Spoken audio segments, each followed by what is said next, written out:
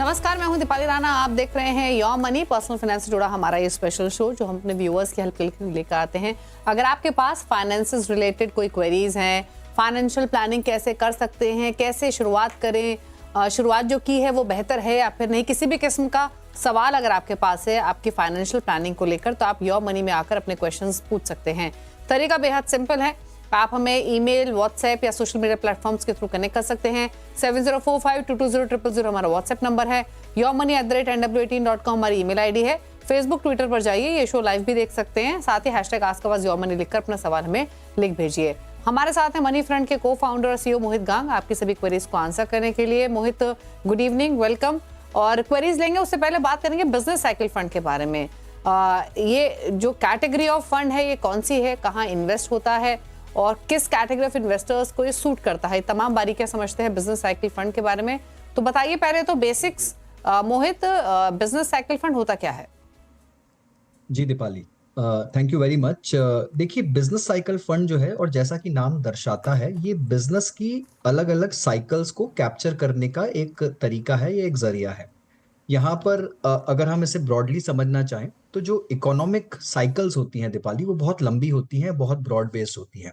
इसमें आप अक्सर देखेंगे कि इकोनॉमीज जो होती हैं, जो आपकी कंट्रीज होती हैं, वो अलग-अलग फेजेस से गुजरती हैं। तो जैसे सबसे पहला फेज हो गया, आप एक बहुत तेज रफ्तार से ग्रो कर रहे हैं। उसके बाद कहीं न कहीं जाकर थोड़ा-सा ठहराव आने लगता है, इन्फ्लेशन बढ़ने लगता है, ग्रोथ रुकने लगती है, इंटरेस्ट रेट्स ऊपर जाने लगती है और सडनली आप देखते हैं कि थोड़ा-सा स्लो डाउन आ रहा है। और यहाँ पर आप देखते हैं कि स्लो डाउन जल्दी-जल्दी थोड़ा-सा बढ़ता जाता है और एक रिसेशन की तरफ जाता है।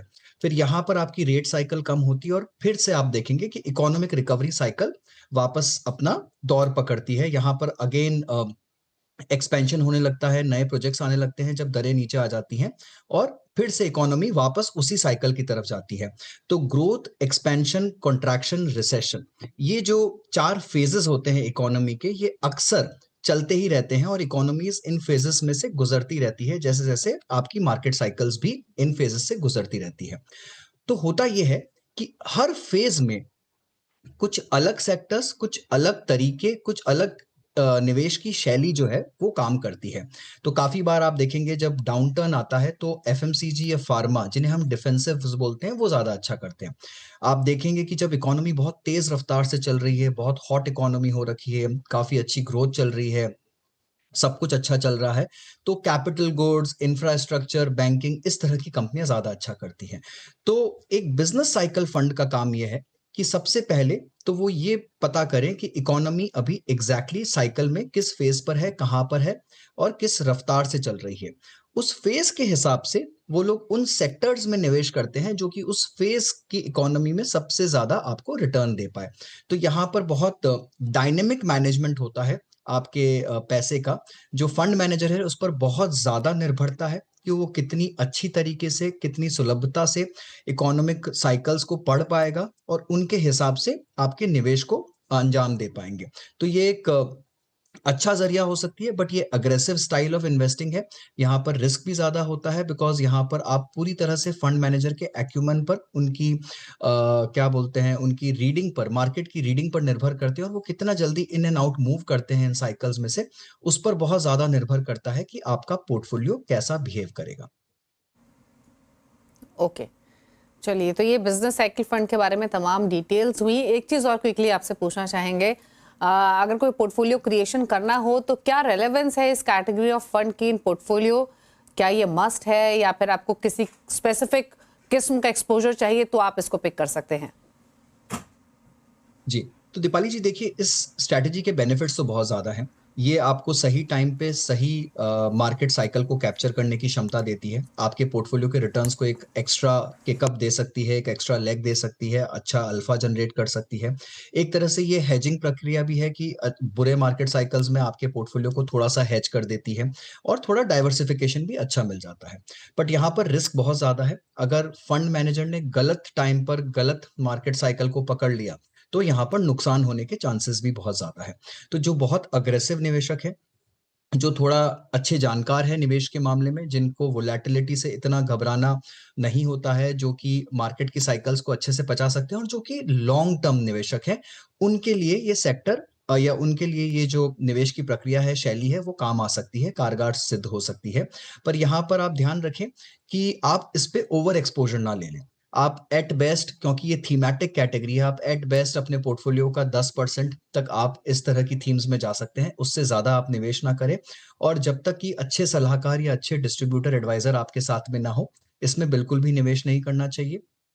एक चीज़ मैं और आपके माध्यम से यहाँ कहना चाहूँगा कि जब निवेशक फ्लेक्सी कैप या मल्टी कैप या किसी भी अलग श्रेणी के फंड में निवेश करते हैं, तो उन्हें बाय डिफ़ॉल्ट ये एक मानना होता है कि जो फंड मैनेजर है, वो ठीक तरह से सही साइकिल को पकड़ेंगे उन फंड्स में भी। तो वहाँ पर भी आप चाहते यही है, वहाँ पर भी फंड मैनेजर का ऑब्जेक्टिव यही है कि वो राइट साइकिल को राइट टाइम पर कैप्चर करे। तो ऐसा नहीं है कि सिर्फ़ बिज़नेस साइकिल फंड के ज़रिए ही आप राइट साइकिल्स को कैप्चर करेंगे।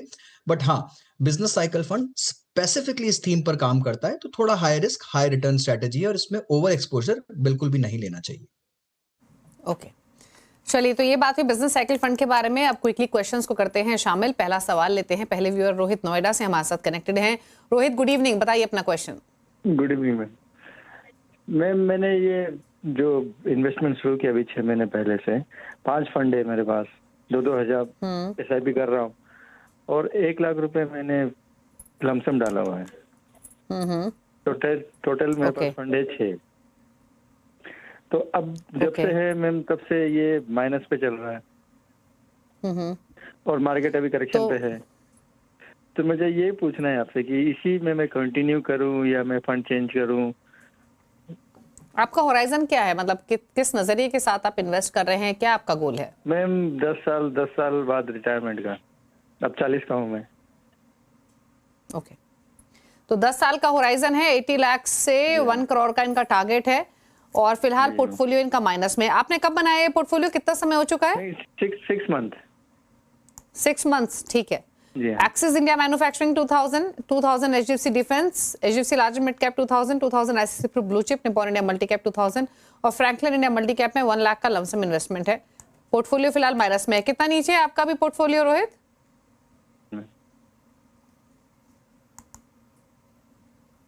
आपका पोर्टफोलियो कितना नीचे है रोहित?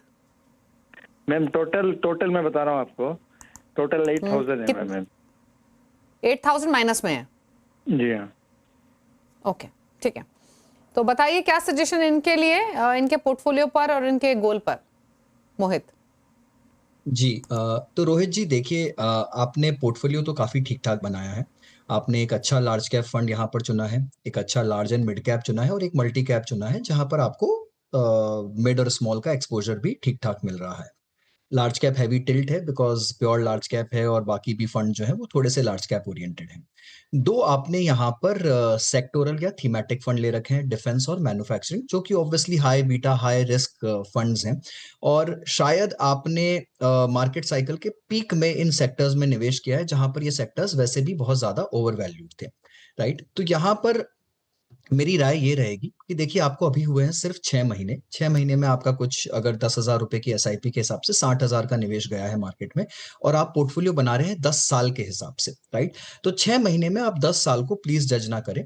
आप इस प्रक्रिया को चलने दीजिए, इसे बिल्कुल भी रुकने मत दीजिएगा, क्योंकि अब आप जो निवेश कर रहे हैं वो निचले स्तर पर निवेश कर रहे हैं। यहाँ पर आपकी जो यूनिट कॉस्ट है उसे आप अच्छी तरह से एवरेज कर पा रहे हैं और यही सिप का सबसे बड़ा बेनिफिट होता है कि ये जो वोलेटिलिटी आप देखते हैं, तब आप ज़्यादा यूनिट्स एक्यूमुलेट कर रहे हैं और आपकी जो एवरेज प्राइसिंग है पर यूनिट की वो कम होती जा रही है। तो जब भी मार्केट साइकिल रिकवर करेगा, मुझे नहीं पता कब करेगा, हो सकता है कि 3 महीने, 6 महीने या फिर पूरा साल आपको शायद और पेन देखना पड़े और मार्केट साइकिल साइडवेज ही रहे। बट जब भी ये रिकवरी आएगी तब आपके पास में एक अच्छा अक्यूमुलेटेड कॉर्पस होगा और उस मार्केट साइकिल में फिर वो कॉर्पस आपके लिए बहुत बेहतरीन प्रदर्शन करेगा। तो निराश मत होइए, अपनी सिप की प्रक्रिया को मत छोड़िएगा। कोशिश करिए कि सिप की रकम को बढ़ा पाएं, क्योंकि अगर आपका गोल 80 लाख से 1 करोड़ जुटाने का है 10 साल में, तो आपकी अपनी सिप की रकम को बढ़ाकर करीब 37,000 से 43,000 के आसपास ले जाना पड़ेगा। एक राय और, अगर आप थोड़ी-सी वोलेटिलिटी कम चाहते हैं, नेगेटिव नहीं चाहते हैं, तो सेक्टोरल और थीमैटिक फंड से बचिए। कोशिश करिए कि अपने एलोकेशन को normal, large cap, flexi cap, mid, small cap funds में ही रखिए। बहुत ज़्यादा थीमैटिक लेने की आवश्यकता नहीं है, बिकॉज़ काफ़ी बार इसमें गलत टाइम पे फँसने पर आप ज़्यादा नेगेटिव देख सकते हैं। तो मेरी राय यही रहेगी कि जो 2 थीमैटिक फंड्स हैं आपके पास में, आप अगर चाहें तो अपना नया सिप आपके बाकी जो 3 फंड है, जो नॉर्मल फंड्स है, उनमें ऐड ऑन करिए और नए स्कीम्स में करिए, पर थीमेटिक को आप कम कर सकते हैं या फिर आप उसकी एसआईपी को रोक सकते हैं आगे जाकर और उसमें जो अक्यूमुलेटेड कॉर्पस है उससे बने रहने दे सकते हैं। ओके तो एक चीज और बताइए फिर मोहित, आपने थीमेटिक और सेक्टोरल की बात की, तो एक्सिस इंडिया मैन्युफैक्चरिंग और एचडीएफसी डिफेंस फंड है इनके पास, जिसमें 4000 की एसआईपी इन टोटल कर रहे हैं। तो ये 4000 अपने बाकी तीनों फंड्स में डिप्लॉय करें या फिर नई कैटेगरी ऐड करें? जैसे आपने कहा नई कैटेगरी भी ऐड कर सकते हैं, तो वो अब चौथी कैटेगरी कौन सी हो सकती है? क्योंकि अगर 5 फंड में से 2 निकाल देते हैं, इंडिया मैन्युफैक्चरिंग, एक्सेस का और एचडीएफसी डिफेंस, तो बचता है HDFC large and mid cap, ICICI Pru blue chip और निपॉन इंडिया मल्टी कैप। चौथी कैटेगरी कौन सी लाइकली ऐड कर सकते हैं? दीपाली जी देखिए, अगर एक ही फंड ऐड करना है तो बेस्ट कैटेगरी रहेगी फ्लेक्सी कैप फंड। यहाँ पर वो एक अच्छा फ्लेक्सी कैप फंड ऐड कर सकते हैं, या फिर वो 2 अलग अलग, एक प्रॉपर मिड कैप फंड और एक प्रॉपर स्मॉल कैप फंड को अपने पोर्टफोलियो में शामिल कर सकते हैं। ओके चलिए, तो ये रही आपके पोर्टफोलियो पर सलाह। और आपको जो 80 लाख या 1 करोड़ का टारगेट हासिल करना है, उसके लिए आपको एलोकेशन बढ़ाना पड़ेगा। एकदम नहीं बढ़ा सकते तो स्लोली एंड ग्रेजुअली बढ़ाइए, हर साल बढ़ाइए, हर 6 महीने बढ़ाइए, जैसे आपके पॉकेट अलाउ करे। ये आपके लिए सलाह है। थोड़े चेंजेस आपके पोर्टफोलियो को लेकर सजेस्ट किए गए हैं, अकॉर्डिंगली आप प्लान कर सकते हैं। बात करते हैं अगले व्यूअर से। उपल देवेंद्र बाबू तेलंगाना से हमारे साथ कनेक्टेड हैं। उपल जी नमस्कार, बताइए सवाल। हाँ नमस्कार मैडम। मेरे लड़का का पूछिए क्या उम्र सवाल 22 साल है मैडम। मेरे लड़का का ओके। उम्र 22 साल है। तो उसका ना अभी वो तो 1 साल से जॉब कर रहा है। उनका 30 लाख 25 लाख का उसका पैकेज है, एनुअल पैकेज। उसमें इन्वेस्टमेंट करना चाहिए। 1 करोड़ का एक तो लिया है और max life insurance term plan, और दूसरा का उनका अमाउंट को अच्छा तरीके से इन्वेस्टमेंट करने का है। 10 साल के अंदर उनका 3-4 करोड़ का करने चाहिए, सोच रहा हम लोग। उसका इन्वेस्टमेंट कैसा करने का है? मेरा लड़का का उम्र तो 22 ईयर्स ऐसा है। तो बेटे के लिए आपको इन्वेस्टमेंट करनी है। आपने कहा 10 लाख का लमसम इन्वेस्टमेंट करना है और 10 साल बाद 3 करोड़ का टारगेट है। इसके अलावा लमसम के अलावा कोई एसआईपी भी आप शुरू करने का प्लान कर रहे हैं? हाँ यस मैडम। कितने की एसआईपी करेंगे? कर सकते हैं आप 30,000 के ऊपर तक कर सकते हैं। ओके। और जो आपने फंड्स हमें भेजे हैं, ये आपके क्या मतलब सिलेक्टेड फंड्स हैं कि इन फंड्स में एसआईपी कर लें क्या? Quant flexi cap, ICICI blue chip और क्वांट टैक्स सेवर जो आपने लिखे हैं, वो है अभी ये आपके 2000 का अभी चल रहा है मैडम। अच्छा, इन चारों में आपका चल रहा है 2000 ईच? हाँ अभी चल रहा है और बढ़ाने का है, दूसरा करने का। पर आपने जो यही डिटेल्स करने शेयर का। की थी उपल जी, उसमें आपने 5000 ईच मेंशन किया था, इसीलिए मैं आपसे पूछ रही हूँ। हाँ भाई, तो अभी तो मैं बाहर है, अभी थोड़ा अभी बेंगलोर में है, इसके लिए आज थोड़ा ओके ओके ओके ठीक है। इनको क्लैरिटी नहीं है, बट जो इन्होंने डिटेल्स भेजी हैं उसी के साथ स्टिक करते हैं। मोहित 5,000 नीचे डाल रहे हैं इन फंड्स में, प्लस 3 करोड़ का, 3 से 4 करोड़ का इनका टारगेट है फॉर 10 इयर्स, और 10 लाख का ही लमसम इन्वेस्टमेंट करना है। एक चीज इन्होंने ऐड की अपने सवाल में, जिन्होंने मेंशन नहीं किया था जब इन्होंने सवाल भेजा था, वो ये कि 30,000 की और एसआईपी कर सकते हैं। बताइए इनके लिए सजेशंस। जी तो देखिए उपल जी, बहुत अच्छी बात है कि आपके बेटे की नौकरी के साथ ही आप उनके निवेश की बातचीत भी कर रहे हैं, तो ये बहुत ही अच्छी राह आप पकड़ने की कोशिश कर रहे हैं। देखिए मुझे लगता है कि आप अपने एसआईपी की रकम को थोड़ा-सा अंडर बॉयल कर रहे हैं। हालाँकि मुझे आपके पूरे फाइनेंशियल सिचुएशन का ज़्यादा अंदाज़ा नहीं है, बट अगर आप बोल रहे हैं कि आपके बेटे की नौकरी है और जो कि नई लगी है और 22 से 25 लाख रुपए का पैकेज है, तो मुझे लगता है कि आपको अपनी सिप की रकम को थोड़ा-सा अग्रेसिव रखना चाहिए, और इस उम्र में शायद आपके बेटे की लायबिलिटीज़ भी कम होंगी, तो उन्हें थोड़ा अग्रेसिव तरीके से अपने गोल की तरफ बढ़ना चाहिए। दूसरी बात ये कि आपका जो लक्ष्य है वो है 3 करोड़ रुपए का 10 साल में। तो अगर इतना बड़ा लक्ष्य हासिल करना है उपल जी, तो आपको एसआईपी की रकम तो बड़ी रखनी ही पड़ेगी। तो यहाँ पर मुझे लगता है कि 10 साल, जो कि थोड़ा छोटा समय है, आपको शायद अवधि बढ़ानी पड़े, पर अगर 10 साल में ही आपको 3 करोड़ का लक्ष्य हासिल करना है, तो करीब 1,30,000 रुपए की एसआईपी, 1,29,000 रुपए की एसआईपी आपको हर महीने करनी पड़ेगी, राइट? तो यहाँ पर आपको अपने एसआईपी की रकम्स को थोड़ा अच्छा किकअप देना पड़ेगा। अन्यथा आप अपने टेनर को बढ़ा सकते हैं, 10 साल को बढ़ाकर 20 साल कर दीजिए, आप ये लक्ष्य थोड़ा आसानी से जुटा पाएँगे। जहाँ तक बात है आपके स्कीम्स की, तो स्कीम्स मुझे कुछ खास नहीं लगी, except ICICI blue chip fund जहां पर आपका एक अच्छा लार्ज कैप स्कीम में एलोकेशन जा रहा है, और क्वांट फ्लेक्सी कैप, ये दो तो ठीक है। मुझे अभी भी नहीं समझ में आता है कि आपको 2 टैक्स सेवर या 2 ELSS स्कीम्स की आवश्यकता क्यों पड़ गई। मेरे लिहाज से और सभी निवेशकों को मेरी राय रहेगी कि कभी भी अपने पोर्टफोलियो में 3, 4, 5, 2 टैक्स सेवर ना भरिए। जहां तक हो सके एक ही टैक्स सेवर में अपना अक्यूमुलेशन करते रहिए, और ताकि 3 साल में जब भी आपकी पुरानी साइकिल पूरी हो, आपको कभी जरूरत हो, तो आप उससे पैसा निकाल सकते हैं। कोई बहुत ज्यादा आपको एक्स्ट्रा डाइवर्सिफिकेशन यहाँ नहीं मिलेगा। इससे अच्छा आप उसी रकम को किसी दूसरी कैटेगरी में निवेश करिए। जहां तक बात है आपके नए SIP की जो आप करना चाहते हैं, 30,000 रुपए का, या जो भी रकम से आप 60,000 रुपए का शायद आप करना चाहते हैं, तो मेरी राय वो ही रहेगी कि आपका जो Pru ICICI blue chip fund है, यहाँ पर आप अपनी रकम को बढ़ाइए। अच्छा लार्ज कैप कैटेगरी का बेस्ट फंड है, यहाँ पर आप उसे बड़ा कीजिए। फ्रैंकलिन फ्लेक्सी कैप फंड, उसका आप चुनाव कर सकते हैं। यहाँ पर आप एक proper mid cap fund, Edelweiss mid cap fund का ले सकते हैं अपने पोर्टफोलियो में, और बंधन स्मॉल कैप फंड। ये 4 फंड मैं आपको राय दूंगा कि आप इनके अंदर में अपने एलोकेशन को बनाइए, उसे बड़ा करिए, और जो ELSS जितना आपको टैक्स की आवश्यकता है वहां से करिए। बट अन्यथा मुझे लगता है कि आपके बेटे की जो सैलरी है, वहां पर उनके PF से भी शायद उनका ATC का जो एलोकेशन होता है वो पूरा हो जाएगा। तो आप उसे देखकर ही प्लान करिएगा, जितनी आवश्यकता हो उतना ही प्लान करिएगा। चलिए, तो ये सलाह दी गई है आपके प्लानिंग को लेकर। तमाम डिटेल्स आप अपने स्क्रीन पर देख सकते हैं, कितना एक्यूमुलेशन आप कर पाएंगे या कितना SIP अमाउंट आपको लगेगा अपने गोल को हासिल करने के लिए। लेते हैं अगला सवाल। एक ईमेल के थ्रू हमें सवाल भेजा है एक निवेशक ने। इंटरेस्टिंग यह है कि निवेशक ने अपना नाम नहीं बताया है। सवाल हालांकि इनका ले लेते हैं।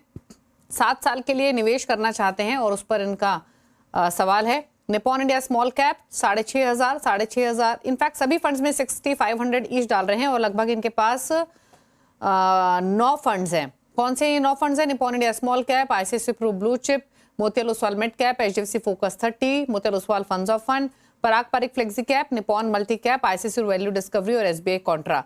तो ये फंड्स हैं इनके पास, और जो इनका एग्जिस्टिंग पोर्टफोलियो है उस पर ही राय लेना चाहते हैं। 7 इयर्स के पर्सपेक्टिव से जानना चाहते हैं कितना एक्यूमुलेशन ये कर पाएंगे इन 7 इयर्स। क्या सजेशन?